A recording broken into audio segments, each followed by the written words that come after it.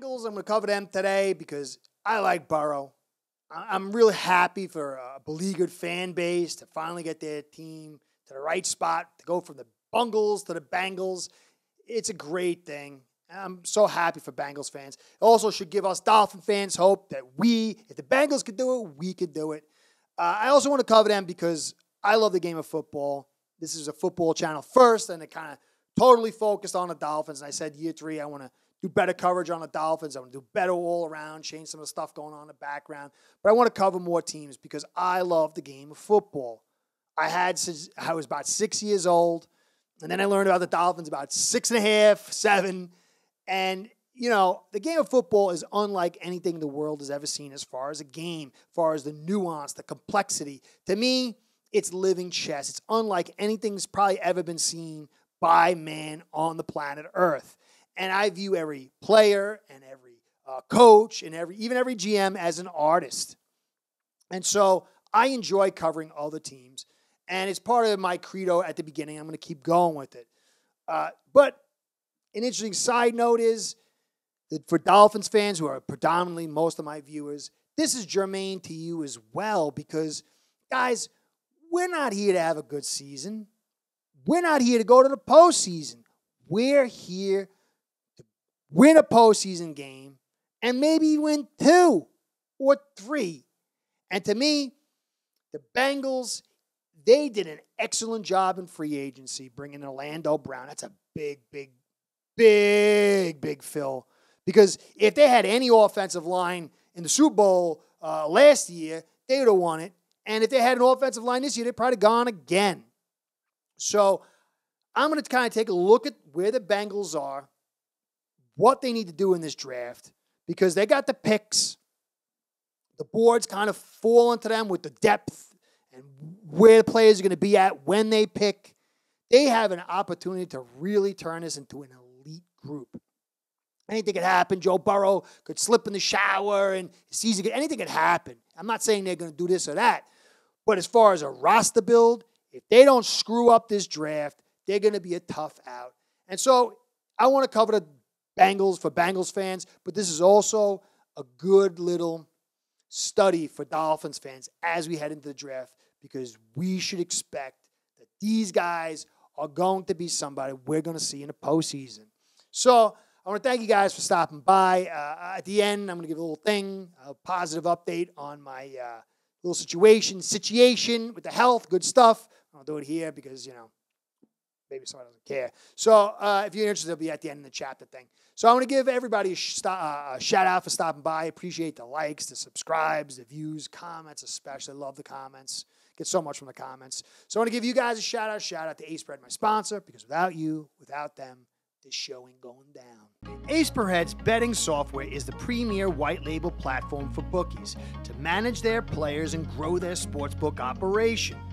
Click the link in the description below to get set up in minutes.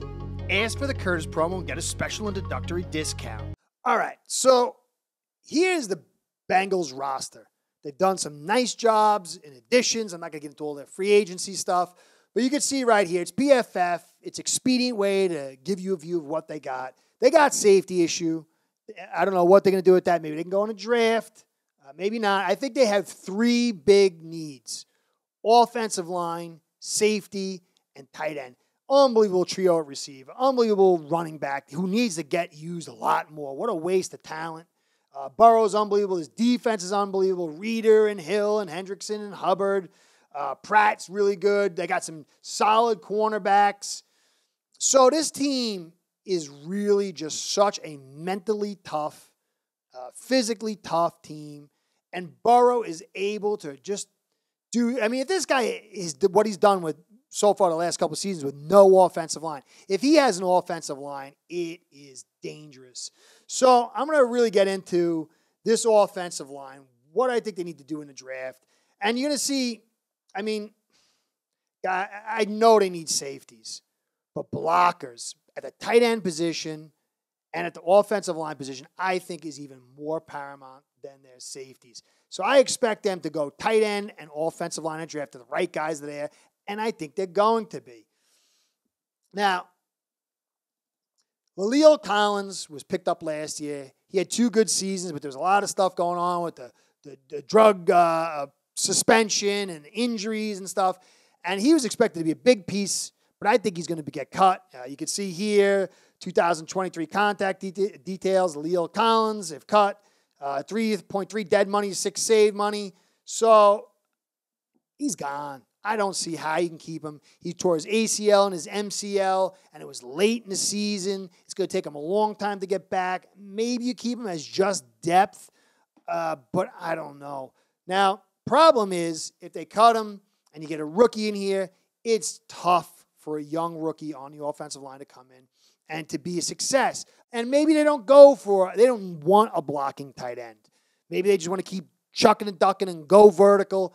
But they've got to see what's happening to Burrow. I got to believe that Mixon needs to be used more. They got to use this guy more. And really, those edge blockers and this draft being that deep at tight end would make sense for them to target the tight end group. Maybe not so much for a pass catcher. To me, Darnell Washington is a guy that's just right there. He can help you with your blocking. He can help you with catching. They picked up Irving Smith Jr. He's not too bad. But the rest of these guys, Asai and Hudson, they're okay. They're okay. But, man, Darnell Washington, I want every team to draft this guy. I'm so intrigued by him. And then, you can see Ted Karras, former Dolphin. He's doing really well for them, 15th. It's not superstar status, but, man, he is a breath of fresh air and life to this team. He is a good player for them. Trey Hill, he saw a little bit of action. Not bad at pass blocking. You got a little depth there. I like that. So I don't see center being a position you go for. Sharping, Ford, Cody, they both of them have been struggling for a long time. Those guys could end up being cut. Who knows? We'll see what happens there. They're still kind of young. Kappa was a nice pickup from Tampa. He did really well. So that's really 2 positions now. And then Orlando Brown. You've got 3 positions. It's really ironic because Dolphins are in the same position. They got Armstead, Hunt, and Connor Williams.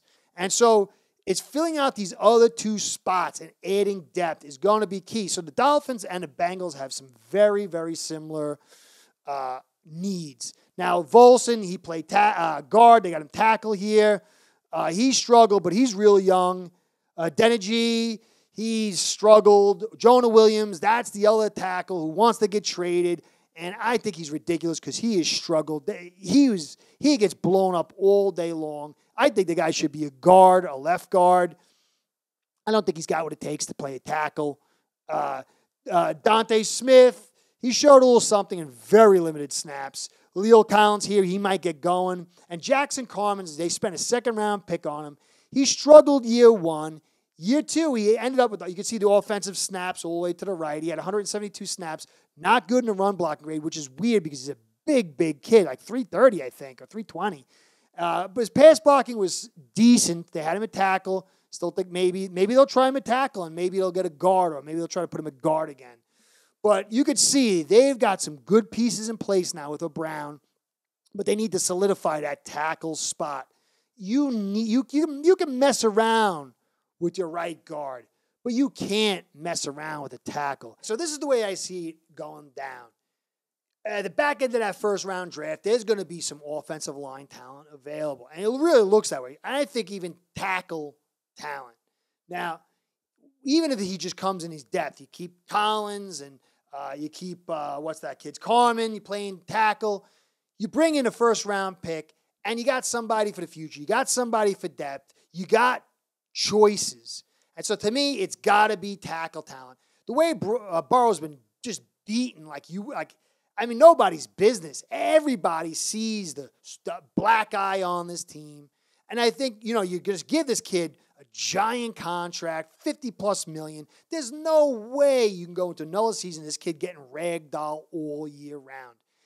And Mixon, too, is another talent. If this guy had some holes, he could be a huge plus for you guys. And Burrow having Mixon being a huge plus and protection, just think of what he could do after he's done what he's done with this Swiss cheese. So to me, it's got to be offensive line talent in the 1st round. Talent really thins out at the tackle and the guard spot into the 2nd round. I'm sure there's somebody there who's going to be good, but it gets thin. I only want to really center's a little bit thicker there, but you got Karras. He's playing well enough for you. I don't see you going center. So it's got to be that tackle, or if tackles go over, maybe even guard in that first round. And then the second round, it's got to be the tight end position. Tight end, yeah, they catch the football, but they really set the table in a lot of ways for your pass blocking, your run blocking. Again, that would support both Burrow and Mixon, two stud talents. So to me, it's got to be tackle and tight end. Maybe if the right tight end's not there for you guys, you go safety. I don't know. I think it's got to be all blockers. This team really, when you look at them, they are so close. And you just can't miss these opportunities. This offensive line, if it gets fixed, the Bengals, to me, will be the toughest team in the AFC in the postseason. Dolphins fans, you might get upset at that, but this team has shown so much intestinal fortitude, so much mental strength, and the ability to get it done. You've got to give them respect. And I do respect the Chiefs. Chiefs have gotten better too, but man, Burrow with a big offensive line, a talented offensive line, to me, it's a scary, scary proposition.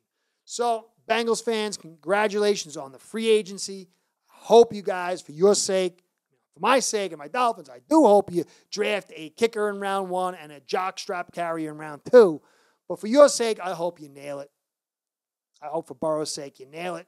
And I hope my Dolphins play you in a conference championship to go to Super Bowl and the best man wins. So, before I go, I just want to give a shout out to those who watch me for a while, care. Been having some long health issues. Finally think I got it resolved. Session 2 was yesterday.